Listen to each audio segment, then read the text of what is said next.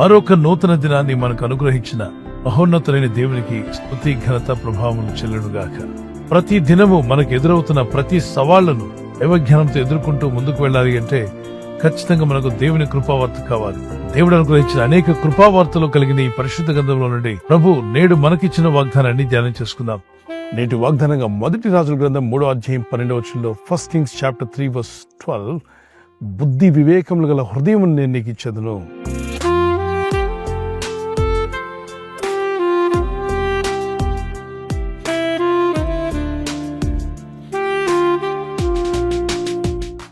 మనం అడిగేటప్పుడు మన ప్రార్థనలు కొన్ని దేవుని సంతోషపరిచేవిగా ఉంటాయి, కొన్ని దేవునికి సంతోషపరిచేవిగా ఉండవు. ఎందుకంటే మన స్వార్థంతో కొన్నిసార్లు అడుగుతూ ఉంటాం. కానీ ఇక్కడ ఈ భక్తుడు అడిగిన ప్రార్థన దేవునికి ఇష్టమైందట. అందుకే అన్నాడు, నీ ప్రార్థన నాకు నచ్చింది.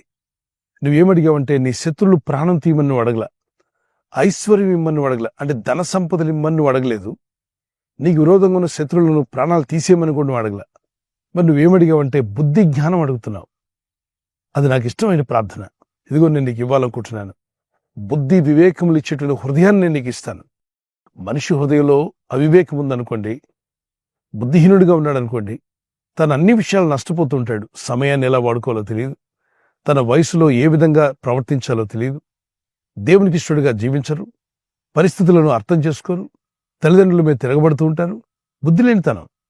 అలాగే టీచర్స్ లెక్చర్స్ చెప్తున్నప్పుడు ఆ మాటలకు లోబడరు, పెద్దల మాటను చెవిని పెట్టరు.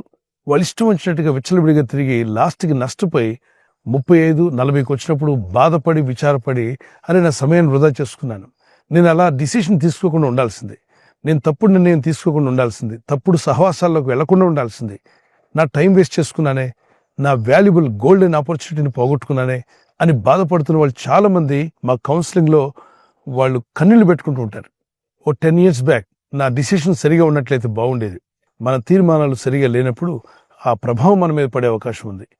బుద్ధి వివేకం గల మనసు ఆ వ్యక్తిని తన సమయాన్ని వాడుకునేలా చేస్తుంది, తనకు మంచి ఆలోచనలు ఇస్తుంది. సామెతలు 24లో జ్ఞానం వల్ల ఇల్లు కట్టబడను, వివేకము ఇంటిని స్థిరపరచును అన్నాడు. ఒక ఇల్లు స్థిరపరచబడాలంటే వివేకం కావాలి.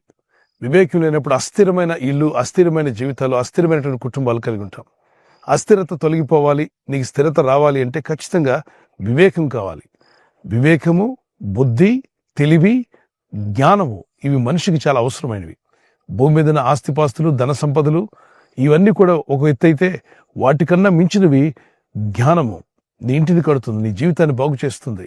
ఈ 3 ఉన్నప్పుడే మనిషి జీవితంలో అనేక మేలులు పొందే అవకాశం ఉంది. కనుక ఆ జ్ఞానం ప్రభు మీకు దయచేయాలని ప్రార్థించండి. జ్ఞానవంతులు సమయాన్ని సద్వినియోగం చేసుకుంటారు, బుద్ధిహీనులు సమయాన్ని దుర్వినియోగం చేసుకుంటారు. ఎఫెసీ పత్రిక 5:15-16లో బుద్ధిహీనుల వలె ఉండకుండా జ్ఞానుల వలె మీ సమయాన్ని సద్వినియోగం చేసుకోండి. జ్ఞానులు తమ సమయాన్ని సద్వినియోగం మంచికి వినియోగించుకుంటారట. ఆ మంచికి వినియోగించుకోవాలంటే జ్ఞానం కావాలి. ఈ జ్ఞానము దేవుడు అనుగ్రహించే జ్ఞానం. పైనుండి వచ్చే జ్ఞానము దీనత్వం నేర్పిస్తుంది, పవిత్రంగా బతకడం నేర్పిస్తుంది, దేవునికి ఇష్టంగా బతకడం నేర్పిస్తుంది. సమయాన్ని సద్వినియోగం చేసుకుంటూ ఆత్మీయంగా ముందుకు వెళ్తూ తన చుట్టూ ఉన్న వారికి మేలు చేసేదిగా కనిపిస్తుంది. మరి భూ సంబంధమైన జ్ఞానము ఆ వ్యక్తిని గర్వించేలా చేసి, గర్వాంధులుగా మార్చి వారి జీవితాల చిక్కుల్లో సమస్యలు పడేస్తుంది. మనకు కావాల్సింది భూ సంబంధమైన జ్ఞానం కంటే కూడా పరసంబంధమైన జ్ఞానం మనకు కావాలి. ఈ పరసంబంధమైన జ్ఞానం ఎక్కడి నుండి వస్తుంది? పరసంబంధమైన వివేకం ఎక్కడి నుండి వస్తుంది? పరమందున్న దేవుని యొద్ద నుండే రావాలి. అందుకే యెహోవా యందు భయభక్తి కలిగి ఉంటే జ్ఞానమునకు మూలము, అలాగే యెహోవా యందు భయభక్తి కలిగి ప్రార్థించుట తెలివికి మూలమన్నాడు. యాకోబు పత్రిక 1:5 మీలో ఎవరికైనా జ్ఞానం కొద్దుగా ఉన్నదా?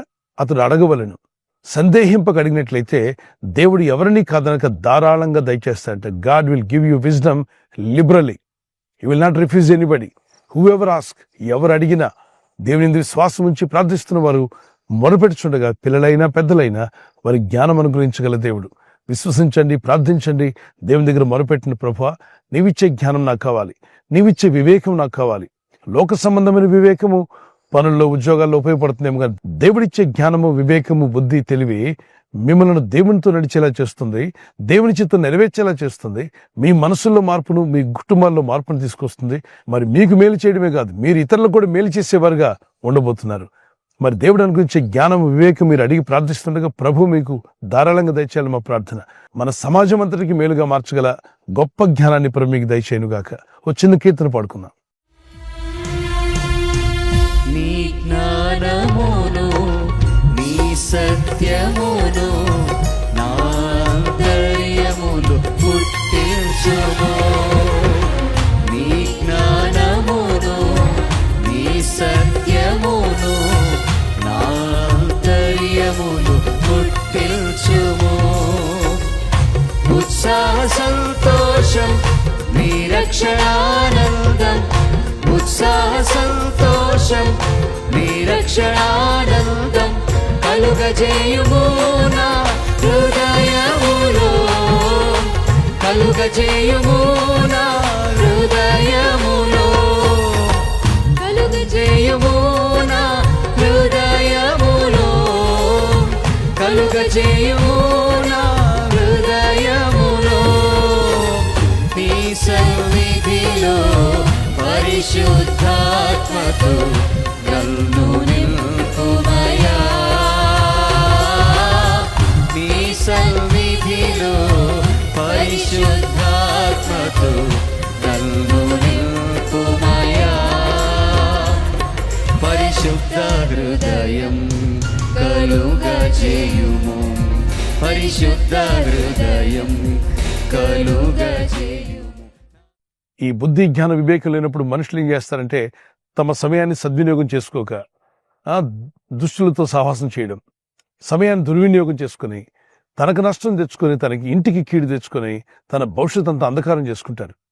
అట్టి స్థితి లేకుండా ఉండాలని దేవుడు అన్నాడు, జ్ఞానం ఇవ్వాలని కోరుచున్నాను. జ్ఞానం లేక నా ప్రజలు నశించిపోతున్నారు. నా ప్రజలు అన్నాడు అంటే ఆయన నమ్ముకున్న వారే. చాలా మంది జ్ఞానం లేకుండా ఉన్నారు. జ్ఞానం లేని మాటలు, జ్ఞానం లేని తీర్మానాలు, జ్ఞానంగా ఆలోచించకుండా ఎలా పడితే ఎడాపడ జీవించేస్తున్నప్పుడు రకరకాల చిక్కుల్లో పడి నష్టాన్ని సవిచూసి నాశనానికి పోయే అవకాశం ఉంది. కాబట్టి మీరు ముందుకు జ్ఞానవంతులు ఉన్నట్లు ఉపదేశం విని దానికి లోబడండి అన్నాడు. అంటే ఈ రోజు లేని జ్ఞానము 10 రోజుల తర్వాత లేదా రాబోయే దినాల్లో మీరు గొప్ప జ్ఞానులు అవ్వాలంటే దేవుని ఉపదేశాలు వినాలి. దేవుని వాక్యానికి లోబడినప్పుడు ముందుకు నువ్వు జ్ఞానం అవుతావు అన్నాడు. ఆ జ్ఞానం ప్రభు మీ అందరికీ ధారాళంగా దయచేయునుగాక. పరమ నుండి దిగి వచ్చే గొప్ప జ్ఞానంతో దేవుడు మిమ్మలను మీ పిల్లలను నింపి బలపరిచి వర్ధిల్ల చేయునుగాక. ప్రార్థన చేసుకుందాం.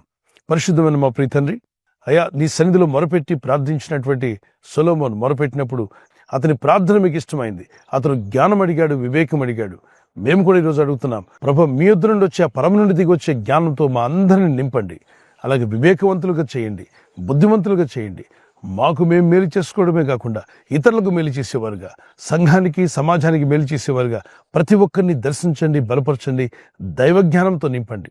గర్వించి ఉప్పొంగి పాడు చేసేటువంటి లోకజ్ఞానం మాకు వద్దు నాయన, దైవజ్ఞానంతో మమ్మల్ని నింపండి. ఈరోజు ప్రార్థించి ప్రయత్నించబోతున్న శంకుస్థాపన అయిన, గృహప్రవేశమైన, ఒక బిజినెస్ ప్రారంభిస్తున్నా, ఉద్యోగ ప్రారంభానికి వెళ్తున్నా, ఒక మంచి కార్యక్రమాన్ని ప్రారంభిస్తుండగా, నేను వారి బిడ్డల వివాహం కొరకు ప్రయత్నాలు చేస్తుండగా వారు చేస్తున్న ప్రయత్నాలు ఫలించలాగున మీ దూతలకు ఆజ్ఞాపించండి. ఎవరైనా హాస్పిటల్లో ఉన్నా, ఐసీయూలో ఉన్నా, ప్రభు ఎవరైతే సీరియస్ కండిషన్లో ఉండి బాధపడుతున్నారో వారికి యేసు నామములో స్వస్థతను అనుగ్రహించండి. కృంగిపోయిన వారిని లేవనెత్తండి. మీ గాయపడిన హస్తమును చాపి వారికి ఉన్న సకల రోగాల నుండి విడుదల ఇచ్చేయి. వారిని లేపి నడిపించడాన్ని సాక్షులుగా నిలబెట్టుకోండి. ఈ ఉదయకాలం ప్రతి రోగి యేసు నామములో స్వస్థత నొందునుగాక. తండ్రి, ఈ దినం ఎవరైతే ప్రయాణమై వెళ్ళబోతున్నారో, అది రైలు మార్గమైనా, ఆకాశ మార్గమైన, బస్సుల్లో, వాహనాల్లో ఎక్కడ ప్రయాణం చేస్తున్నా, రోడ్డు మార్గంలో ఏ వాహనంలో వారు ప్రయాణం చేస్తున్నా, నీ ప్రజలకు కాపాడే దూతలను పంపండి. పరమందున్న తండ్రి, మీరు అనుగ్రహించే జ్ఞానం మా జీవితాలను వెలిగిస్తుంది, బలపరుస్తుంది. వెలిగే దీపాలు కూడా అనేకులకు వెలుగునందించేవారుగా మమ్మల్ని వాడుకుని మీ రాకడకు మమ్మల్ని సిద్ధపరచమని, మీ చిత్తములను నెరవేర్చమని యేసుక్రీస్తు పరిశుద్ధ నామములో ఈ ఉదయకాలం ప్రార్థిస్తున్న వీరందరికీ దైవ జ్ఞానము, వివేకము అనుగ్రహించి మహిమ పొందుకోమని క్రీస్తు యేసు నామములో అడుగుచున్నాను నా పరలోకపు తండ్రి. ఆమేన్, ఆమేన్. మన ప్రభువైన యేసుక్రీస్తు వరకు కృపా సమాధానం మీకు, మీ కుటుంబాలకు సదా తోడేమిని నడిపించునుగాక. ఆమేన్. God bless you. ఈ వాగ్దానం విని ఊరుకోవద్దు. వాగ్దానం విన్నాక ఆమెన్ చెప్పి ఇతరులందరికీ షేర్ చేయండి, లైక్ చేయండి. అలాగే సబ్స్క్రైబ్ చేయని వారు అందరూ సబ్స్క్రైబ్ చేయండి. ఈ దేవుని మాటలు అనేకులకు చేరవేయండి.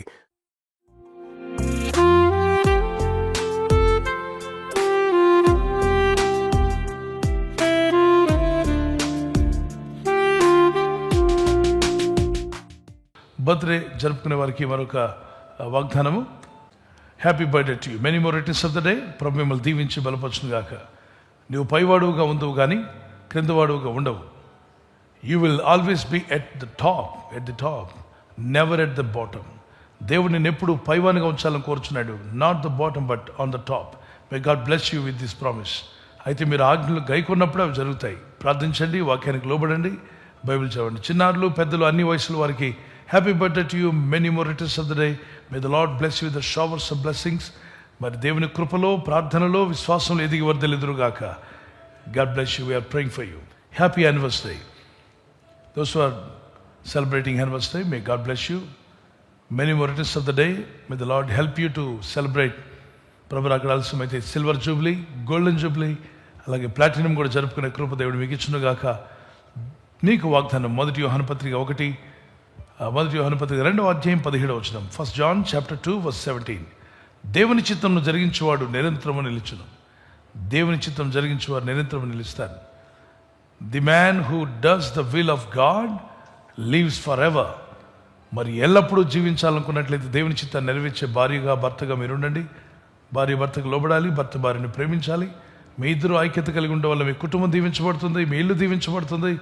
దేవునికి ఆనందం, మీకు సంతోషం. God bless you. మీ దాంపత్య జీవితంలో దేవుడు కృపనిచ్చి, బలపరిచి, సమాధానంతో నడిపించునుగాక.